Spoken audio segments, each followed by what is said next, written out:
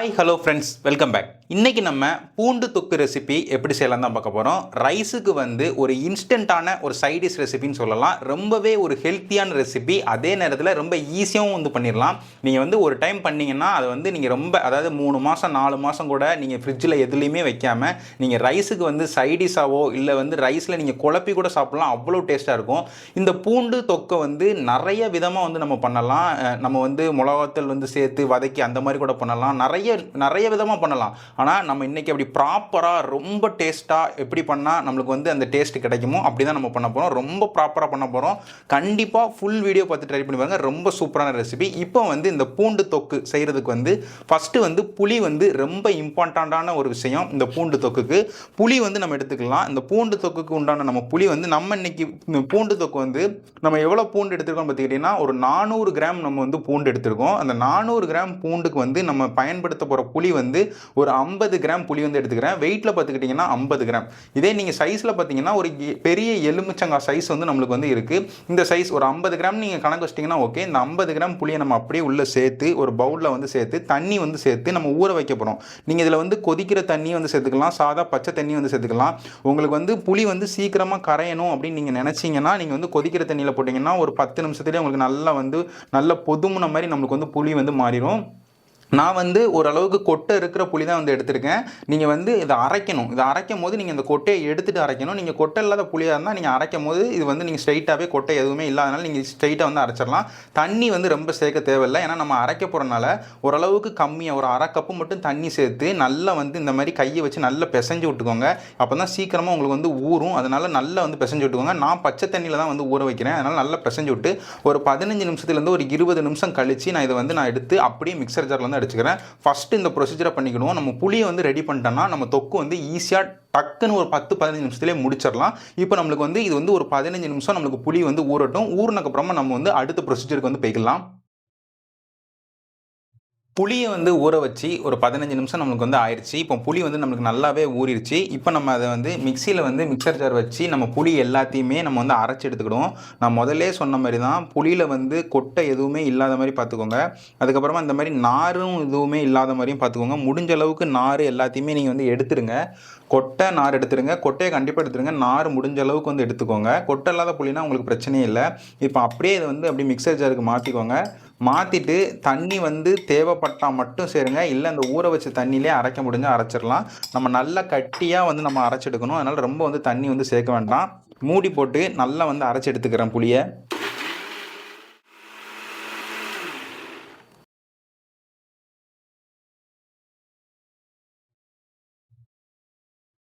புளியை வந்து நான் நல்லா வந்து அரைச்சிட்டேன். இப்போ நீங்கள் பார்த்தீங்கன்னாலே தெரியும். இந்த அளவுக்கு நல்லா வந்து மையாக வந்து அரைச்சி எடுத்துக்கோங்க. ஓரளவுக்கு நல்லா கட்டியாக வந்து இருக்கணும். நம்ம சேர்த்த தண்ணி வந்து அரை கப்பு தண்ணியில் ஊற வச்சோம். அந்த தண்ணியிலே நம்ம நல்லா வந்து புளி வந்து அரைச்சிட்டோம். இந்த கன்சிஸ்டன்சியில் தான் இருக்கணும். அதனால் அரை கப்பு தண்ணியிலே புளியை வந்து அரைச்சாச்சு. இதை அப்படியே வந்து ஒரு பவுலுக்கு வந்து நம்ம மாற்றி வச்சுக்கிடுவோம். அதுக்கப்புறமா நம்ம வந்து பூண்டும் வந்து நம்ம அரைக்கணும். பூண்டையும் அரைக்கணும், புளியவும் அரைக்கணும். நீங்கள் ரெண்டுத்தையும் ஒன்றா வந்து அரைச்சிட வேண்டாம். சேர்த்து போட்டும் அரைச்சிட வேண்டாம். அதே மாதிரி நீங்கள் இந்த புளியை அரைச்சிட்டு அதுக்கப்புறம் இதே மிக்சர் ஜாரில் வந்து நீங்கள் வந்து பூண்டை வந்து அரைச்சிடாதீங்க. இதே மிக்சர் ஜாராக இருந்தாலும் அதை வாஷ் பண்ணி வந்து அரைச்சிக்கோங்க. அதனால் நான் இதை இப்போ வந்து ஃபஸ்ட்டு வந்து வாஷ் பண்ணி எடுத்துக்கிறேன். வாஷ் பண்ணிட்டு இதே இதில் வந்து நம்ம பூண்டையும் நம்ம வந்து அரைச்சி எடுத்துக்கலாம். மிக்சர் ஜாரை வந்து நான் வாஷ் பண்ணி எடுத்துக்கிட்டேன். இப்போ வந்து நம்ம புளி அரைச்சக்கப்புறமா நம்ம பூண்டு அரைக்கணும்னு சொல்லியிருந்தோம். நான் பூண்டு வந்து இதில் இந்த பவுலில் வந்து 200 கிராம் வந்து பூண்டு இருக்குது. மொத்தமாக 400 கிராம் பூண்டில் வந்து பண்ணுறேன். 200 கிராம் பூண்டை வந்து நம்ம அப்படியே முழுசாக வந்து எண்ணெயில் வதக்கி அப்படியே நம்ம வந்து சேர்ப்போம். இன்னொரு 200 கிராம் பூண்டை வந்து நம்ம வந்து மிக்சர் ஜாரில் இந்த மாதிரி அரைச்சிக்கிடுவோம். அதனால் நீங்கள் எந்த அளவு எடுக்கீங்க, இப்போ 300 எடுக்கிங்கன்னா 150 தனித்தனியாக பிரிக்கணும். அரை கிலோ எடுக்கிங்கன்னா 250 வந்து தனித்தனியாக பிரிக்கணும். நம்ம 400 எடுத்துருக்கிறனால அதை வந்து 200 பிரிச்சுக்கிட்டு இதை வந்து நம்ம முதல்ல வந்து தண்ணி எதுவுமே சேர்க்காம முதல்ல வந்து அரைச்சிக்கிடுவோம். அதுக்கப்புறமா நம்ம கொஞ்சம் கொஞ்சமாக தண்ணி சேர்த்து அதையும் நம்ம வந்து பேஸ்ட் மாதிரி அரைச்சி எடுத்துக்கிடுவோம்.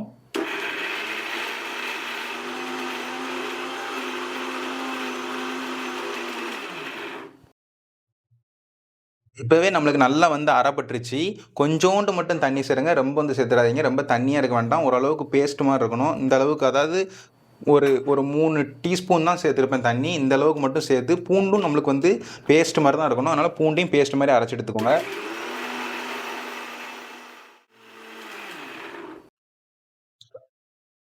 பூண்டையும் வந்து நம்ம பேஸ்ட் மாதிரி நல்லா வந்து அரைச்சிட்டோம். பூண்டு வந்து அரைப்படுறதுக்கு வந்து ரொம்ப கஷ்டம்லாம் இருக்காது, ஈஸியாக வந்து அரைப்பட்டுரும். இப்போ அரைச்ச பூண்டையும் அப்படியே வந்து நான் ஒரு பவுலுக்கு வந்து நான் மாற்றி வச்சுக்கிறேன்.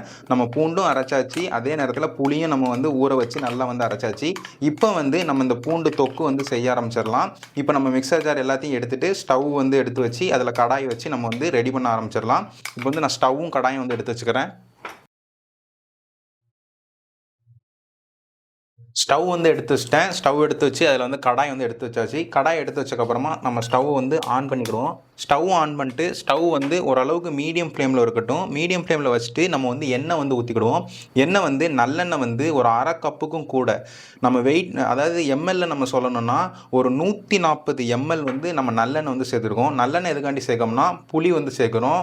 புளி எதுக்காண்டி நம்ம சேர்க்குறோம்னா நம்ம வந்து இப்போ வந்து பூண்டு தொக்கு செஞ்சுட்ருக்கோம், அதனால் புளி வந்து சேர்த்துருக்கோம். இது எதுக்காண்டி நான் சொல்கிறேன்னா, ஒரு நல்லெண்ணெய் அப்படின்னாலே நீங்கள் வந்து, அதாவது நல்லெண்ணெய் இல்லை, நீங்கள் புளி செய்கிறீங்கனாலே நீங்கள் நல்லெண்ணெயை சார்ந்து தான் நீங்கள் செய்யணும். நல்லெண்ணெய் புளி 2 பேரும் ஒன்று சேர்ந்தாங்கன்னா வேறு லெவல் பண்ணுவாங்க, அந்த அளவுக்கு டேஸ்ட்டில் இருக்கும். நீங்கள் உதாரணத்துக்கு சொல்லணும்னா ஒரு மீன் குழம்பு எடுத்துக்கிட்டோம், அதுக்கப்புறமா இஞ்சி தொக்கா இருக்கட்டும், அதுக்கப்புறமா நம்மளுக்கு வந்து புளியோதரை செய்கிறதுக்காக இருக்கட்டும், எல்லாத்துக்குமே வந்து நம்மளுக்கு புளி இருக்கும். புளி இருக்கிற இடத்துல ஃபுல்லாக நல்லெண்ணெய் வரும். நீங்கள் புளியை வச்சு நீங்கள் ஒரு ரெசிபி பண்ணுறீங்கனாலே நீங்கள் நல்லெண்ணெய் அசால்ட்டாக வந்து சேர்த்துடலாம். நல்ல ஒரு காம்பினேஷன் அவங்க 2 பேரும். அதனால் நல்லெண்ணெய் வந்து 140 எம்எல் வந்து நம்ம சேர்த்துருக்கோம். கப்பில் சொல்லணுன்னா அதாவது ஒரு அரை கப்புக்கும் கொஞ்சம் கூட வந்து நல்லெண்ணெய் சேர்த்துக்கிறேன். நல்லெண்ணெய் வந்து ரொம்ப முக்கியம், அதிகமாக இருக்கணும், கொஞ்சம் நல்லா இருக்கணும். அதாவது ஊறுகாவோட கொஞ்சம் கம்மியான லெவலில் தான் இருக்கணும், அதாவது நல்லா இருக்கணுங்கிறதுக்காண்டி சொல்கிறேன். இப்போ நம்மளுக்கு எண்ணெய் வந்து லைட்டாக சூடாக ஆரம்பிச்சிட்டு ஸ்டவ் வந்து நம்மளுக்கு வந்து மீடியம் ஃப்ளேமில் தான் இருக்குது. இந்த நேரத்தில் வந்து நம்ம கடுகு வந்து சேர்த்துக்கிடுவோம். கடுகு வந்து 2 டீஸ்பூன் வந்து கடுகு வந்து சேர்த்துக்கிறேன். கடுகு சேர்த்ததோட அது கூடவே வந்து சீரகம் வந்து ஒரு 1.5 டீஸ்பூன் வந்து சீரகம் வந்து சேர்த்துக்கோங்க. கடுகு சீரகம் ரெண்டும் வந்து லைட்டாக பொரிய ஆரம்பிக்கட்டும். பொரிய ஆரம்பித்தோன்னே நம்ம வந்து அந்த மீதி இருக்கிற 200 கிராம் வந்து நம்ம வந்து இந்த பூண்டை வந்து நம்ம சேர்த்துக்கிடுவோம். கடுகு சீரகம் ரெண்டும் பொரிஞ்சக்கப்புறமே சேருங்க. ஸ்டவ் வந்து ஒரு ஹை ஃப்ளேமுக்கு வச்சுக்கிறேன், ஏன்னா சீக்கிரமாக பொரியணுங்கிறதுக்காண்டி நான் வந்து கொஞ்சம் ஹை ஃப்ளேமுக்கு மாற்றிட்டு வதக்கி விட்றேன். ஒரு 40 செகண்ட்லேருந்து ஒரு 50 செகண்ட்லேயே நம்மளுக்கு வந்து ஹை ஃப்ளேமில் வச்சு நல்லா வந்து கடுகும் சீரகம் வதங்க ஆரம்பிச்சிரும். ஒரு 30 செகண்ட் இப்போ வந்து நமக்கு ஆயிடுச்சு. இப்போ கடுகு சீரகம் லைட்டாக நம்மளுக்கு வந்து வதங்குற மாதிரி வருது. இப்போ நீங்கள் எண்ணெயை பார்த்தாலே தெரியும், லைட்டாக வந்து பொரிய வருது. இந்த ஸ்டேஜில் வந்து அந்த மீதி இருக்கிற 200 கிராம் வந்து நம்ம பூண்டு வந்து நம்ம சேர்த்துக்கிறோம். இது வந்து நம்ம மிக்சியில் அரைக்காத பூண்டு, ஃப்ரெஷ் பூண்டு. 200 கிராம் பூண்டை வந்து நம்ம அப்படியே வந்து நம்ம சேர்த்துக்கிறோம்.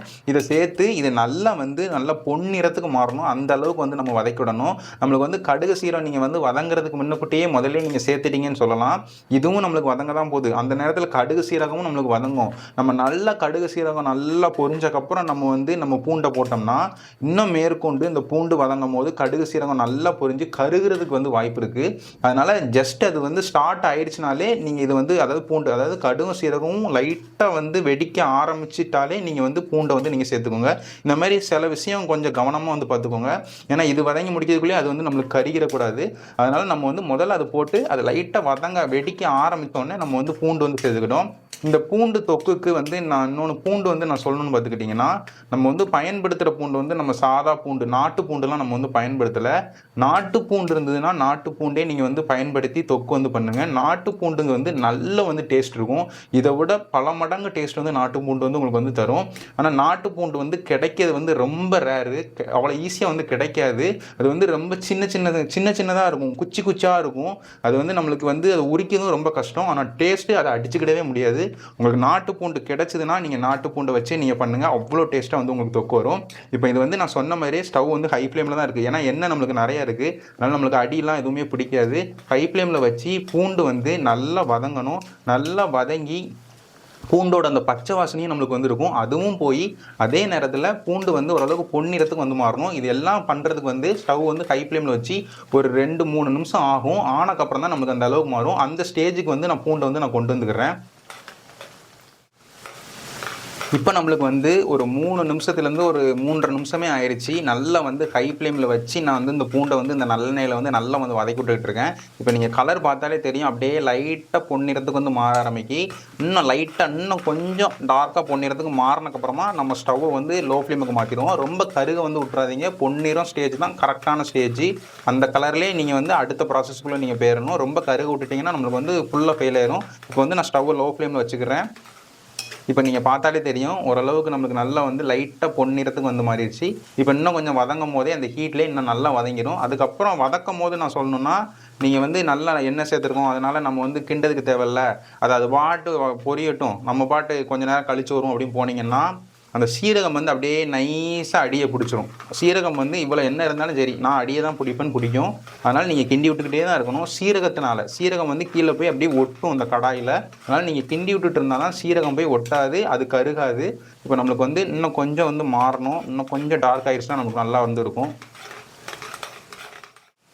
ஓகே, இப்போ நம்மளுக்கு வந்து ஒரு 5 நிமிஷமே ஆயிடுச்சு. நல்லா வந்து பூண்டு இந்த கலருக்கு மாறும். இந்த அளவுக்கு லைட்டாக அப்படி கோல்டன் ப்ரௌன் கலர், லைட்டாக அதாவது திக் கோல்டன் ப்ரௌன் கலருக்கு வந்து மாறிடுச்சு. இப்போ நீங்கள் வாசனையிலையும் பார்த்தீங்கன்னா அப்படியே அந்த பூண்டு வாசனை வரும், சரியான வாசனை வரும். பச்சை வாசனை போய் பூண்டோட வாசனை அப்படியே அந்த எண்ணெயிலேருந்து வர ஆரம்பிக்கும். அது கரெக்டான ஸ்டேஜ். இந்த ஸ்டேஜில் ஸ்டவ் ஃபுல்லாக லோ ஃப்ளேமுக்கு போயிட்டு நம்ம புளி வந்து சேர்த்துக்கிடும். ஃபுல் லோ ஃப்ளேமில் இருக்கட்டும், தெரிக்கும். அதனால் ஃபுல் லோ ஃப்ளேமில் வச்சு நீங்கள் அரைச்சி வச்ச அம்புட்டு புளியும் நீங்கள் ஃபுல்லாக வந்து சேர்த்துக்கோங்க. எல்லா புளியும் அப்படியே ஃபுல்லாக வந்து சேர்த்துக்கோங்க. தெரிக்கிறதுக்கு நிறைய வாய்ப்பு இருக்குது. அதனால் நீங்கள் லோ ஃப்ளேமில் வச்சே சேருங்க. ஏன்னா தண்ணி எண்ணெய் ரெண்டும் மெர்ஜ் ஆகுது, அதனால் அப்படியே தெரிக்கும். அதனால் கவனமாக சேருங்க.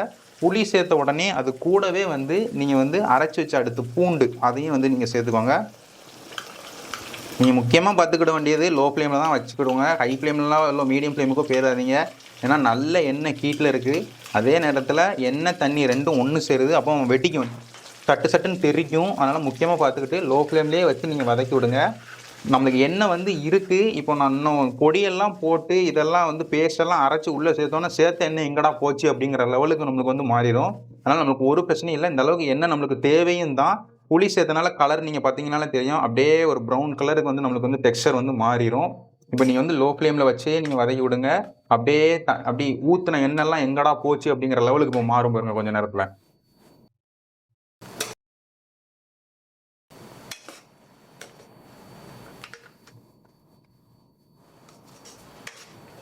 ஸ்டவ் அப்படியே லோ ஃப்ளேம்லேயே வச்சு ஒரு 2 நிமிஷத்துலேருந்து ஒரு 3 நிமிஷத்துக்கு அப்படியே வதக்கி விட்டுக்கிட்டே இருங்க. ஏன்னா இப்போ சேர்த்துருக்க அந்த பூண்டும் வந்து நம்ம அரைச்சி சேர்த்துருக்கோம், அதுலேயும் வந்து பச்சை வாசனை இருக்கும். அதோட பச்சை வாசனையும் போகணும். அதோட புளியோட ராஸ்மெல் உண்டு, அந்த புளியோட ராஸ்மெல்லும் நம்மளுக்கு வந்து போகணும். இது எல்லாம் ஆகணும்னா நம்ம வந்து லோ ஃப்ளேமில் வச்சு ஒரு 3 நிமிஷத்துலேருந்து ஒரு 4 நிமிஷத்துக்கு நல்லா வந்து வதக்கி விட்டுக்கிட்டே இருக்கணும், அதாவது கிண்டி விட்டுக்கிட்டே இருக்கணும். ஹை ஃப்ளேமுக்கு போயிட்டீங்கன்னா 2 ப்ராப்ளம் இருக்குது. ஒன்று அடிப்பிடிக்கும், இன்னொன்று வந்து தெரிக்கும். அடிப்பிடிக்கிறதோட ஒரு பெரிய ப்ராப்ளமே தெரிக்கிறது தான். தெரிச்சு தள்ளும். கரண்டியெல்லாம் பக்கத்தில் வச்சுருக்க முடியாது, கை தெரிக்கும். அதனால் நீங்கள் லோ ஃப்ளேம்லேயே வச்சு நீங்கள் மெதுவாக கிண்டி விடுங்க. ஒரு பிரச்சனையும் இல்லை, மெதுவாக நடக்கட்டும். ஸ்டவ் வந்து லோ ஃப்ளேமில் வச்சு பூண்டு பேஸ்ட்டு அதுக்கப்புறமா புளி இது ரெண்டுத்தையுமே சேர்த்து ஒரு 2 நிமிஷத்துக்கு நான் சொன்ன மாதிரியே வதக்கி விட்டேன். இப்போ நீங்கள் எண்ணெய் பார்த்தாலே தெரியும், அவ்வளோவா எண்ணெய் தெரியவே இல்லை, லைட்டாக தான் எண்ணெய் அப்படி தெரியுது. அதுவும் வந்து நம்ம மசாலா சேர்க்கும் போது சுத்தமாக வந்து தெரியாது பாருங்கள். இப்போ நம்மளுக்கு வந்து அந்த வாசனை வந்து நல்லா வர ஆரம்பிச்சிருக்கு. அந்த பூண்டு தொக்கோட வாசனை இப்போத்துலேருந்து, அதாவது புளி சேர்த்த உடனே இந்த பூண்டு புளி எல்லாம் ஒன்று சேர்ந்து அந்த எண்ணெயோட நல்ல வாசனை வர ஆரம்பிக்கி. அதே நேரத்தில் நம்மளுக்கு அந்த கண் எரிச்சலும் இருக்கும். அந்த பூண்டிலேருந்து வந்த அந்த காட்டம் வந்து அப்படியே நம்மளுக்கு அந்த எரிச்சலும் நம்மளுக்கு வந்து கொண்டு வரும். இப்போ நல்ல வாசனையில் இருக்குது. இந்த நேரத்தில் வந்து ஸ்டவ் வந்து லோ ஃப்ளேம்லேயே இருக்கட்டும். இப்போ நம்ம வந்து சில ஸ்பைசஸ் வந்து சேர்க்கணும். அதில் வந்து முதல்ல வந்து மிளகாய் வத்தல் பொடி வந்து நான் சேர்த்துக்கிறேன்.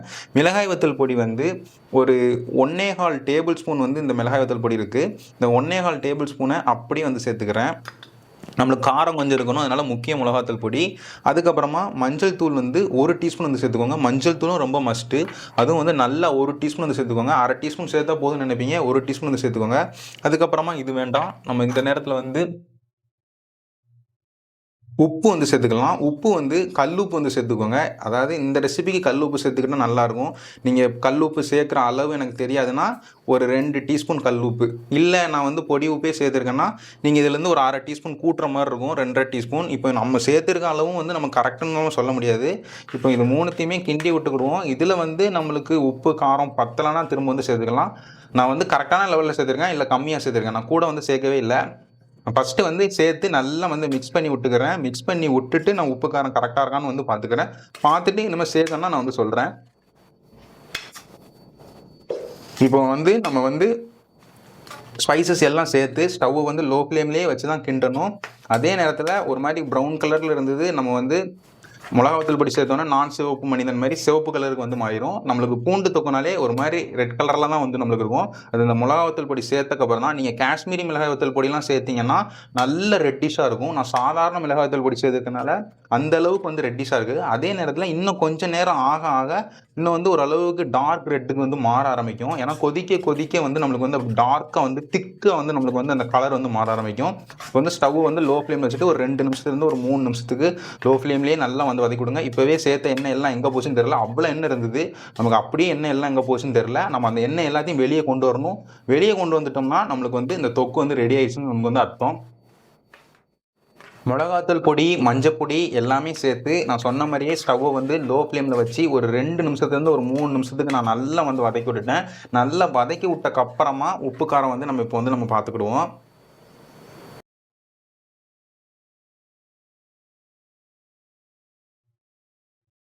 உப்பு, புளிப்பு, காரம் எல்லாமே கரெக்டாக இருக்குது. காரம்லாம் இருக்க தான் செய்யுது. ஆனால் இருந்தாலும் காரம் வந்து போதும். காரம் இருக்க தான் செய்யுது. ஆனால் நம்ம வந்து இதில் வந்து கொஞ்சம் இனிப்பு நம்ம கொண்டு வரணும்.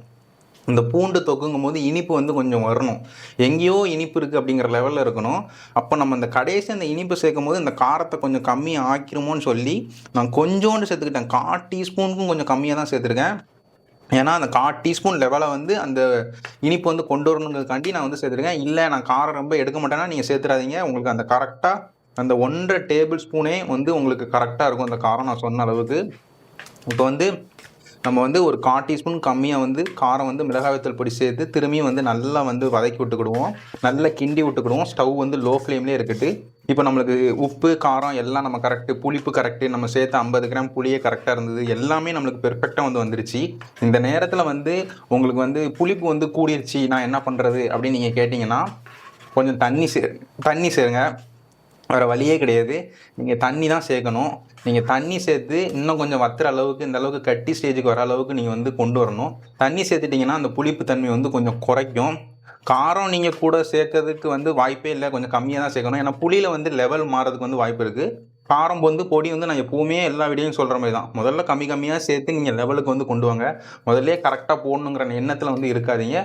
நீங்கள் வந்து கொஞ்சம் டைம் எடுத்து பண்ணிங்கன்னா உங்களுக்கு கரெக்டாக வந்து வந்துடும். இல்லைன்னா நம்மளுக்கு மொத்தமாக வேஸ்ட்டாக வர மாதிரி ஆயிரும். அதனால் நீங்கள் புளி மட்டும் கூடிருச்சு, நான் இப்போ என்ன பண்ணுறது அப்படின்னா தண்ணி தான் சேர்க்கணும். வேறு வழியே கிடையாது. தண்ணி வந்து சேர்த்து இன்னும் கொஞ்சம் நேரம் கொதிக்க விட்டீங்க. இந்த அளவுக்கு கொண்டு வரணும். நம்மளுக்கு தண்ணி வந்து சேர்க்குற நிலமை வரல. புளி வந்து கரெக்டாக வந்து சேர்த்துருந்தோம். அதனால் நம்மளுக்கு இந்த கட்டி கன்சிஸ்டன்சிலே இருக்குது. இப்போ வந்து நம்மளுக்கு வந்து ஒரு 80% வந்து ஃபுல்லாக வந்து ஓவர் ஆயிடுச்சு. நம்மளுக்கு வந்து அந்த 10% என்னென்னா இதை நம்ம அப்படியே லோ ஃப்ளேமில் வச்சு இந்த எண்ணெய் எல்லாத்தையும் விட்டு பிரிய வைக்கணும். இப்போ நம்ம வந்து எண்ணெய் அவ்வளோவா தெரில, அப்படியே மிதக்கணும். வெளியே உள்ளே குடித்த எண்ணெய் எல்லாத்தையும் நம்ம வந்து லோ ஃப்ளேமில் விட்டோம்னா அது வந்து விட்டு பிரிய ஆரம்பிக்கும். அந்த பிரிய ஆரம்பிக்கிற 10% அந்த ஸ்டேஜை முடிச்சுட்டு நம்ம கடைசி 10%க்கு வந்து போயிடும். இப்போ வந்து எண்ணெய் எல்லாமே விட்டு பிரியட்டும். ஸ்டவ் வந்து லோ ஃப்ளேமில் இருக்கட்டும். ஹை ஃப்ளேமுக்கு போயிட்டிங்கன்னா ஃபுல்லாக அடி பிடிச்சிரும். லோ ஃப்ளேமில் வச்சா தான் எண்ணெய் வந்து விட்டு பிரியும். ஹை ஃப்ளேமில் வச்சா எண்ணெய்லாம் விட்டு பிரியாது. லோ ஃப்ளேமில் வச்சு எண்ணெய் விட்டு பிரிகிற அளவுக்கு வந்து நீங்கள் இதை வந்து விட்டுக்கோங்க.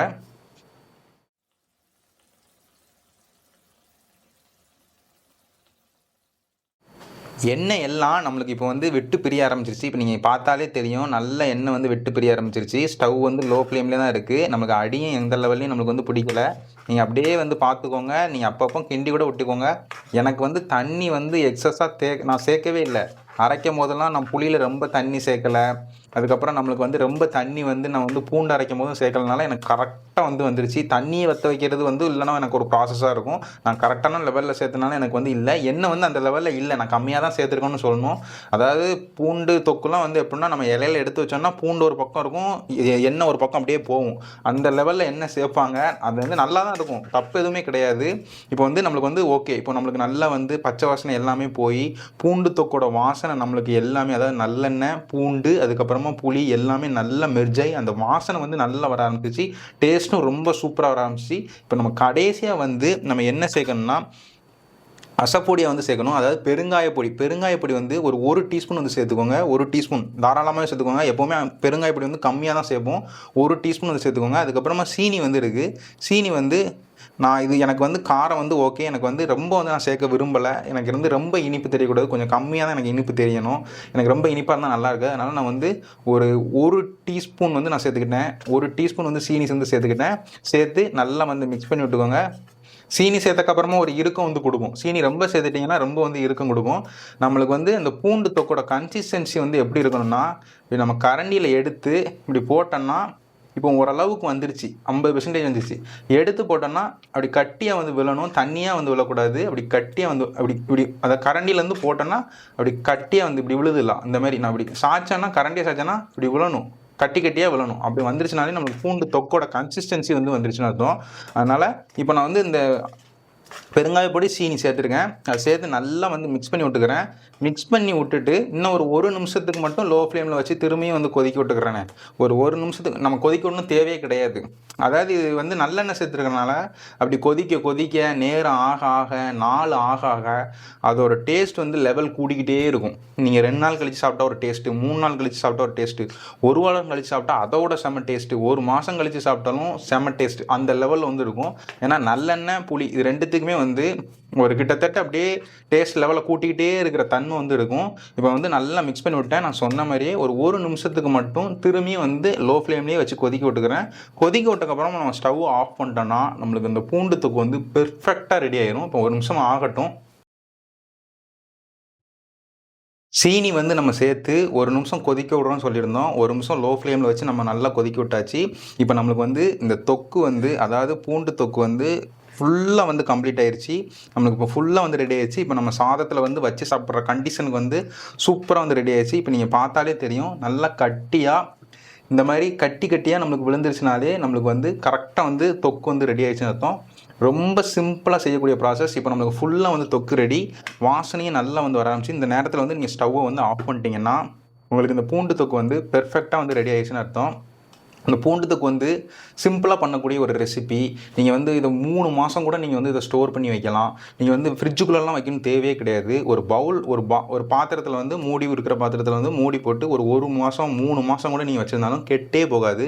நீங்கள் சாதம் வச்சிட்டீங்க, குழம்பு வைக்க முடியாதுன்னா இந்த தொக்கை வந்து நீங்கள் சாதத்தில் போட்டு அது மேலே கொஞ்சம் நல்லெண்ணெயை ஊற்றி, இதில் எண்ணெய் வந்து கம்மியாக இருக்குது, நான் கரெக்டான எண்ணெயில் வந்து சேர்த்துருக்கேன், மிதக்க விடலை, ஓரளவுக்கு கரெக்டான எண்ணெயில் வந்து சேர்த்துருக்கேன், ரொம்ப எண்ணெய் வந்து சேர்க்கலை.